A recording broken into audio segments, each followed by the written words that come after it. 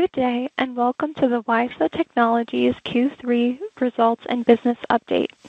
All participants will be in listen-only mode. Should you need assistance, please signal a conference specialist by pressing the star key followed by 0. After today's presentation, there will be an opportunity to ask questions. To ask a question, you may press star then 1 on your telephone keypad. To withdraw your question, please press star then 2. Please note this event is being recorded. I would now like to turn the conference over to David Barnard with Alliance Advisors Investor Relations. Please go ahead. Thank you, Megan. With us today are Brett Moyer, CEO and President of WISA Technologies, and Nate Bradley, CEO of DataVault Holdings. Before turning the call over to Brett, I'd like to remind everyone that today's conference call will include forward-looking statements, which are subject to various risks and uncertainties that could cause our actual results to differ materially from these statements. Any such forward-looking statements should be considered in conjunction with the cautionary statements in our earnings release and risk factors discussed in our filings with the SEC. WISA assumes no obligation to update any of these forward-looking statements except as required by law. We also refer you to slides 2 and 3 of today's accompanying presentation for more detailed information. With that, I'll turn the call over to Brett. Please go ahead. Thank you, David, and good morning, ladies and gentlemen. So it's been an eventful 3 months since our last update, starting with the announcement in early September of our purchase of assets from DataVault Holdings for the IP and trademarks around DataVault and ADIO. And so with such a significant transaction and transformation of the company, we have Nate Bradley on the call today. And I'll turn it over to him shortly because during the interim, since that announcement, we have had several press releases about new products and new markets that DataVault's IP is being entered into. And he's going to walk us through that today. But first, if we look at what's going on with WISA and WISA E, which, we've invested heavily over the last 3 years on and have roughly 26 patents or filed around it, right? So results in Q3 financially improved. We had $1.2 million in revenue, which is up from up 240%. Our gross margins improved. Driving that was the decision to take the small Platin Audio speaker line that we have out of retail, so we're strictly direct to consumer. And we reduced inventory by 17%. We ended the quarter with $3.9 million of cash. From an operational milestone, we did announce in our pre-announcement, but the team significantly started shipping WISA IP for transmit in a set-top box with the customer, and that product is expected to be on the shelves for the Christmas season. So it's working through the logistics. That'll be on the shelves in Europe initially, and it'll go worldwide in 2025. Now, that's an Android OS based system, and the team has already started developing WISA E transmit software to work on Linux operating systems, which will impact our 2025 revenue. For new people on this call, I'm going to briefly review the transaction again that we announced at the beginning of September with DataVault Holdings, right? And that was to acquire the patents, the trademarks, and the IP for their subsidiaries of DataVault and ADIO. The terms were $200 million in stock at $5 a share and $10 million in an unsecured promissory 3-year note. If we raise money from a strategic or a financial partner, 10% of that will go back to paying off that note over the next 3 years. Major milestone this morning, we filed the preliminary proxy for both the annual shareholders meeting and the purchase of this IP. So we'll clear any SEC comments and should be mailing that so that we can close out both the annual shareholder meetings and the transaction with DataVault this year. Post-closing, Nate will become CEO of the company. We'll change the name to DataVault, and I'll become CFO. Now, with that brief summary on WiSA and the transaction, I'd like to turn the call over to Nate. He's going to walk through both his history, which is long, successful track record of taking IP and monetizing it in both public companies as well as financially. And with that, Nate, I'm going to turn it over to you. Sure. Thank you very much, Brett. Appreciate your time this morning in joining us. We have obviously a very exciting time here. My background, for those that don't know me, is centered around invention. I have successfully taken products from invention to commercialization and into the public markets. Over my lifespan, I've had various timing that I have figured out with respect to this. You get better in life, or at least you intend to, and this current opportunity follows really a career that is highlighted by our solution of the Internet for people with disabilities at AudioEye, a previous company, ticker AEYE, NASDAQ-traded company. We solve for making mobile and Internet sites accessible for those with disabilities. And in doing that, in my subsequent experience around intellectual property patents, have perfected a process in both filing and receiving patents from the United States and international bodies, but also reducing those to practice. And here we've got the timing right with WiSA discovering, their 26 patents and their incredible traction in the marketplace combined with our own. We've got a very exciting company moving forward. And so really these inventions have been targeted at two primary vertical markets. If you look at blockchain and artificial intelligence, these represent high growth markets. The growth rates are impressive, but the utility of these technologies is probably why we are all here. WiSA has a strong data infrastructure that we found along with their patented audio systems and technologies.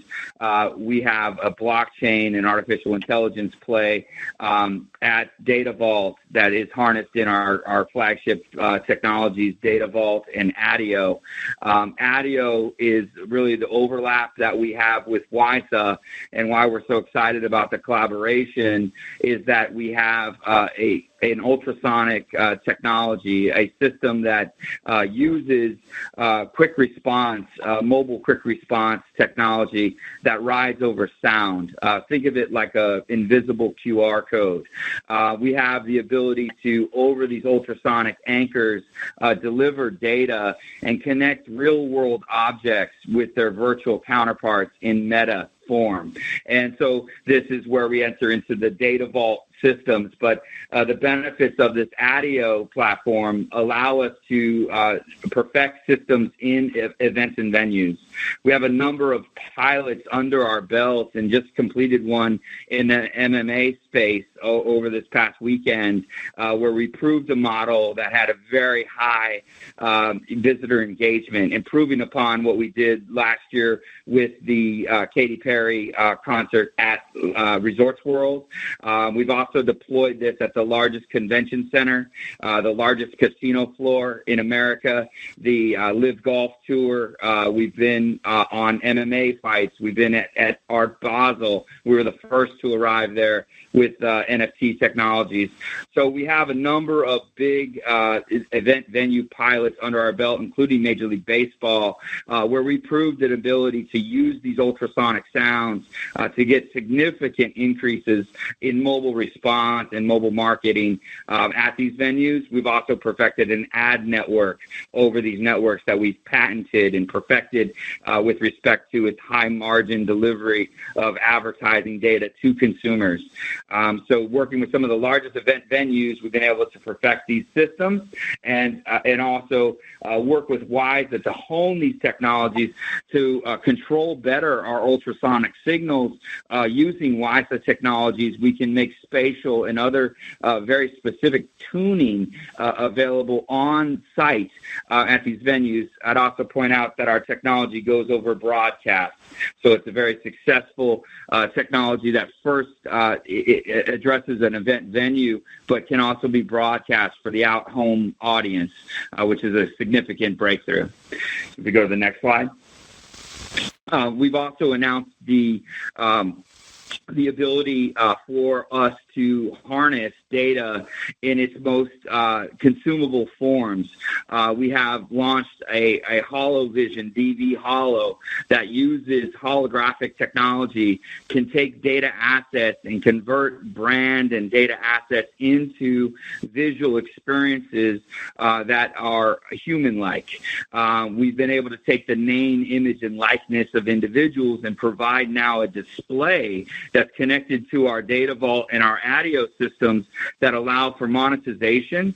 So we're literally a pay-per-view box that can unlock content on a paid-for basis or a licensed basis and control the display of holographic content up to including brand displays and highly scientific data, where we've proved a model for scientists that allow them to use data within their research to create in silico environments to view and experience their experimental data in a way that allows them to experience and have better connection to data sets that they're creating and explain to others what their scientific research means and presents to the world. So we've perfected this across a number of shopping malls, events and convention centers, hotels and resorts, sports arenas and stadiums, as well as university campuses, which we have a very focused effort around generating revenue in that marketplace. And that leads us to this, which is a degree credential. In addition to experiential holographic content, we've perfected holographic content that represents degrees.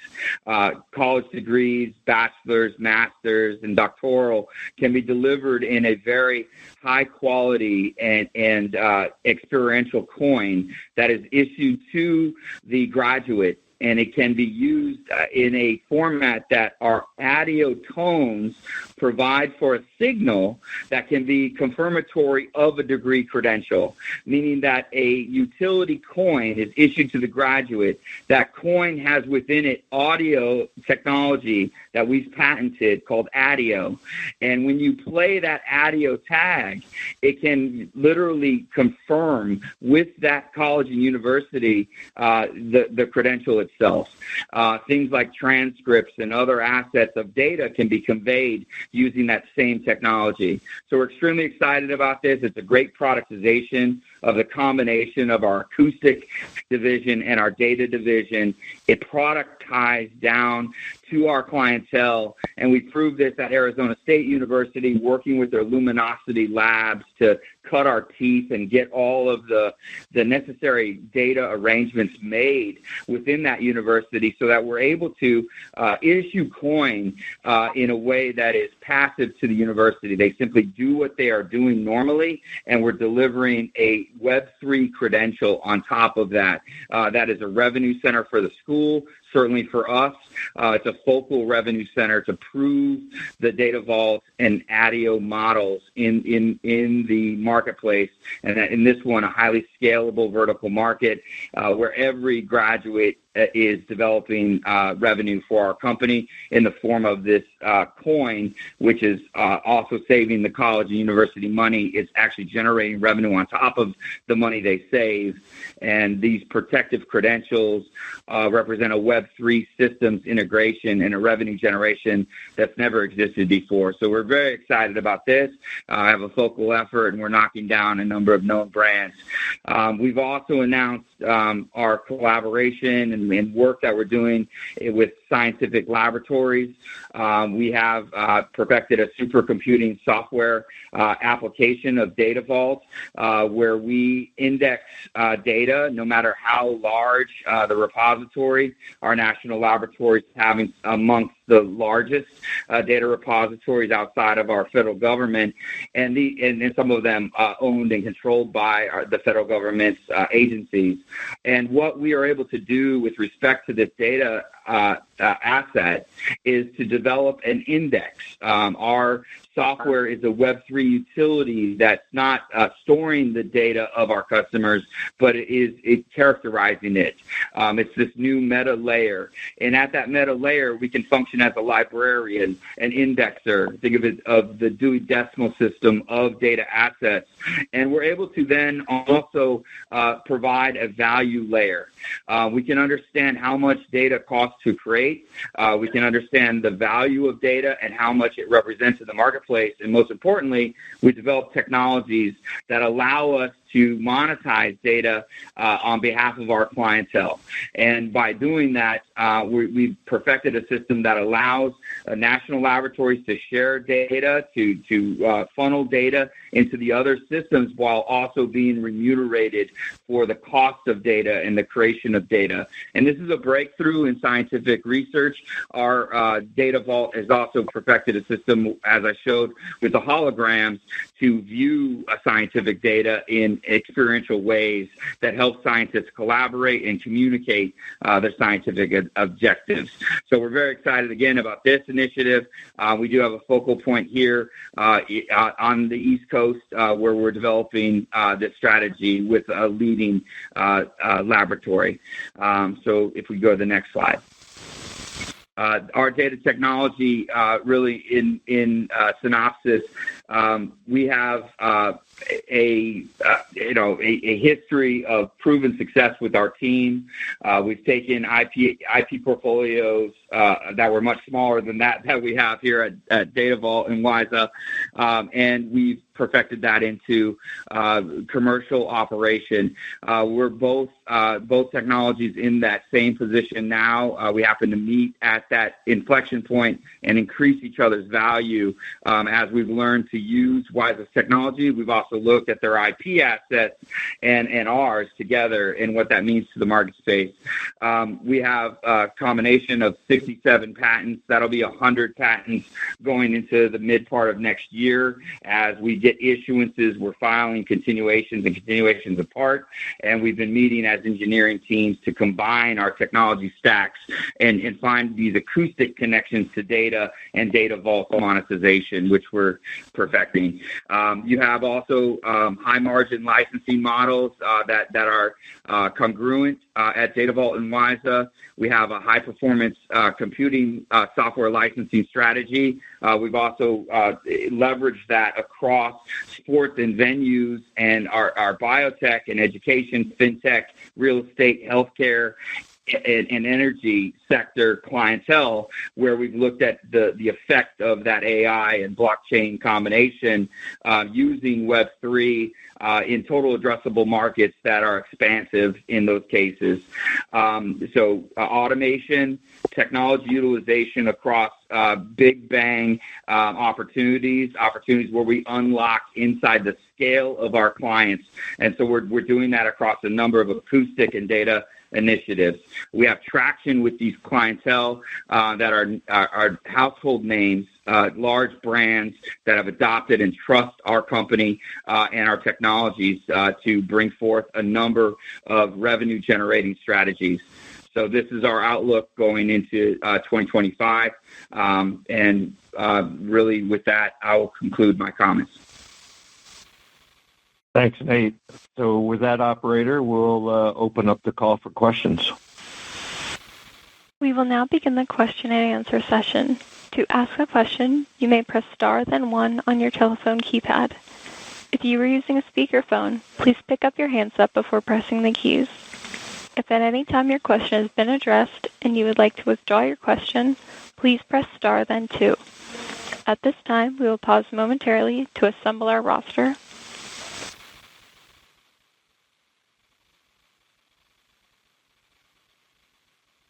The first question comes from Jack Vander Aarde with Maxim Group. Please go ahead. Okay, great. Good morning, Brett. Good morning, Nate. I appreciate the third quarter update and congrats on the recent steps you've made to finalizing the DataVault transaction. No shortage of moving parts going on. So let me start with a question for Brett on the third quarter, and then kind of looking at the fourth quarter. So Brett, third quarter revenue, $1.2 million. That's a nice strong uptick. Was this solely driven by Gen 1 WiSA HT sales, or was there any WiSA E in there at all? Thanks. So that's two questions. Yes, there was WiSA E in there, but yes, it's still primarily Gen 1 WiSA HT. Okay, gotcha. Primarily Gen 1, but there was some WiSA E. Okay. And you have 5 WiSA E agreements formalized and more in the pipeline, it sounds like.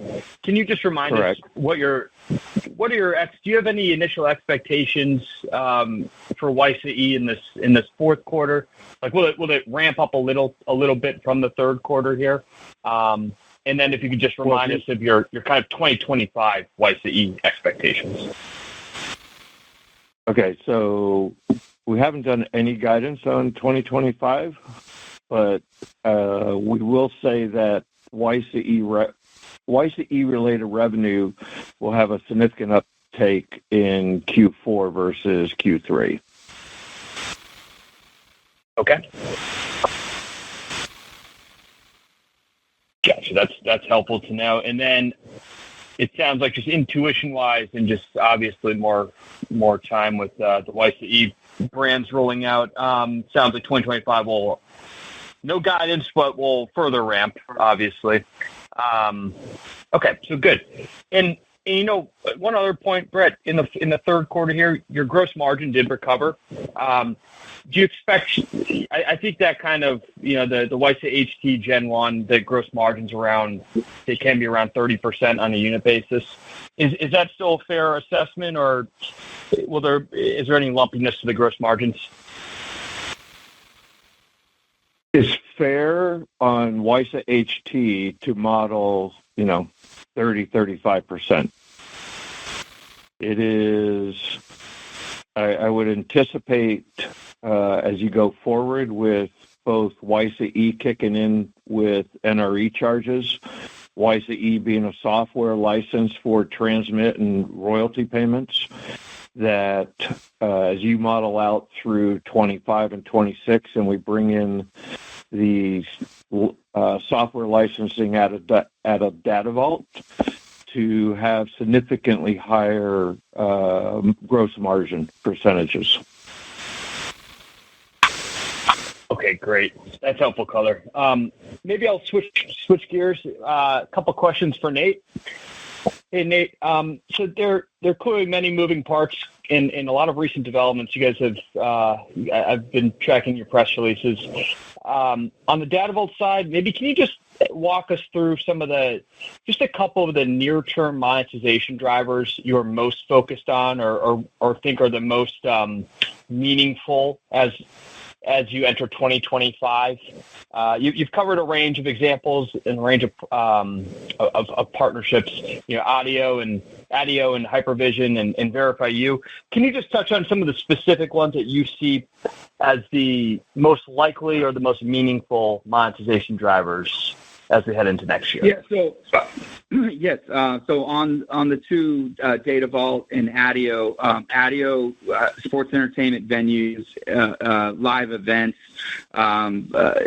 large sporting events in the golf space in particular, any event really where you have a sprawling canvas, to produce from or to host fans upon. So if you look at PGA and some of the tour concepts around ADIO, that's a big driver for the ADIO business, events and venues and concerts, their broadcast corollaries, so streaming and, traditional broadcast delivery of ADIO.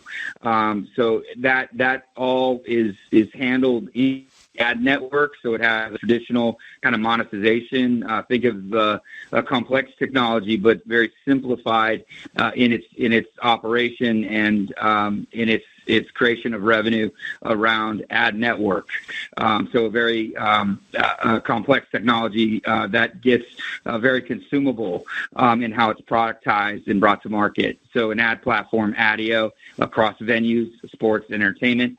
And then with Data Vault, the high science, the ability to use the holograms of Hypervision that we are, with the DV Holo brand, bringing a pay-per-view gateway experiential layer around the use of holograms and high science.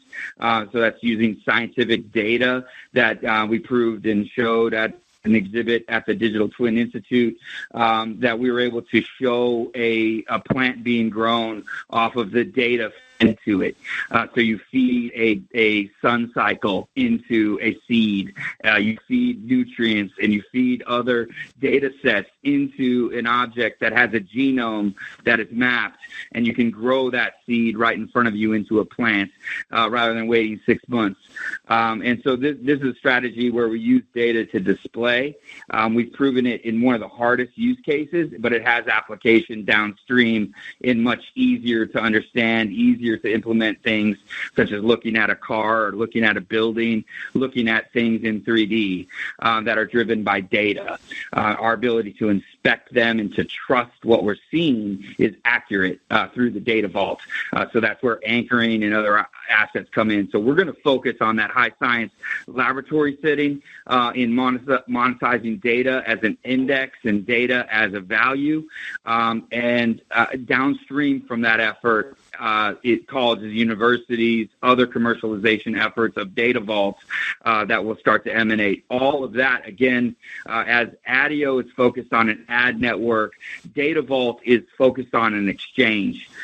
We have the ability with our information data exchange to simplify all of that business into an exchange. We sell data on behalf of our clientele in a safe and secure environment that's never existed before on our information data exchange. So those are the focal points: the ad network and the information data exchange, driven by those two platforms.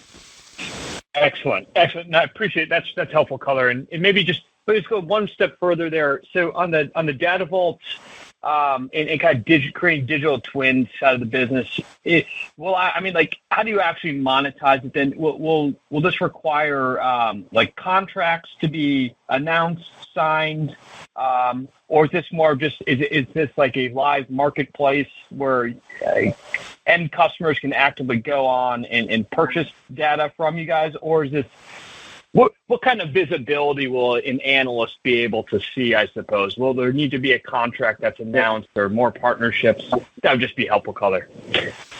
Yeah, so partnerships on the buy and sell side. So you will see a number of clients sign into the platform. We're at the commercialization stage of Data Vault. It's the flagship property of WiSA Data Vault. WiSA has a strong data backend that's very useful to Data Vault, and it's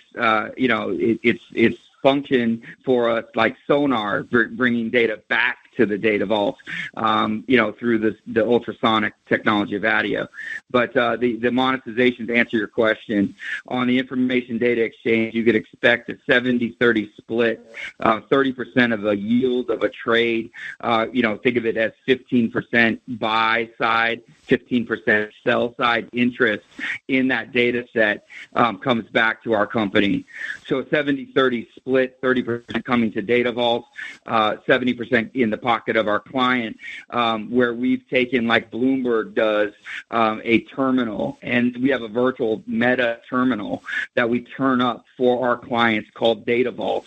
And what we add for our clients to their data sets is a meta layer that adds value. So we value and score. We have patented technology that values and scores that data. And when we split, it's on a 70-30 basis. So you'll see turned up clientele with announcements around contracting on the sell side or on the data side, the inventory, and then on the buy side, organizations that we've aligned ourselves with, such as Bloomberg and BlackRock and Accenture, and those that are large institutional buyers of data that have very complex requirements that Data Vault meets on behalf of customers. So both sides announcing, buy and sell side, and then the events and venues and the use of ADIO being other areas that we'll announce. And when we do announce those, keep in mind Data Vault's the back end. All of those ad systems and other systems are really built for the purpose of creating data, and we harness that at Data Vault. Excellent. Okay, no, that makes a lot of sense. I appreciate that rundown, Nate. And then maybe just one more for both of you, for both Brett and Nate. It sounds like, so you got the proxy pretty much formalized that'll be sent out here. It sounds like if a shareholders approve the transaction, this will happen pretty quick soon after. Do you guys envision hosting a joint kind of investor day of some sort after, shortly after, just, once all the dust is kind of settled and the name, everything kind of transfers over? What should we be expecting? Will there be an investor day type event where you kind of formalize and crystallize everything and crystallize the message maybe in January or late December? Just what are you guys thinking there? Thanks. I think the time that you should think about is it'll either be at or immediately following CES. So first Understood. half of January. Yep. Okay. It's, do you plan on both being at CES, Brett?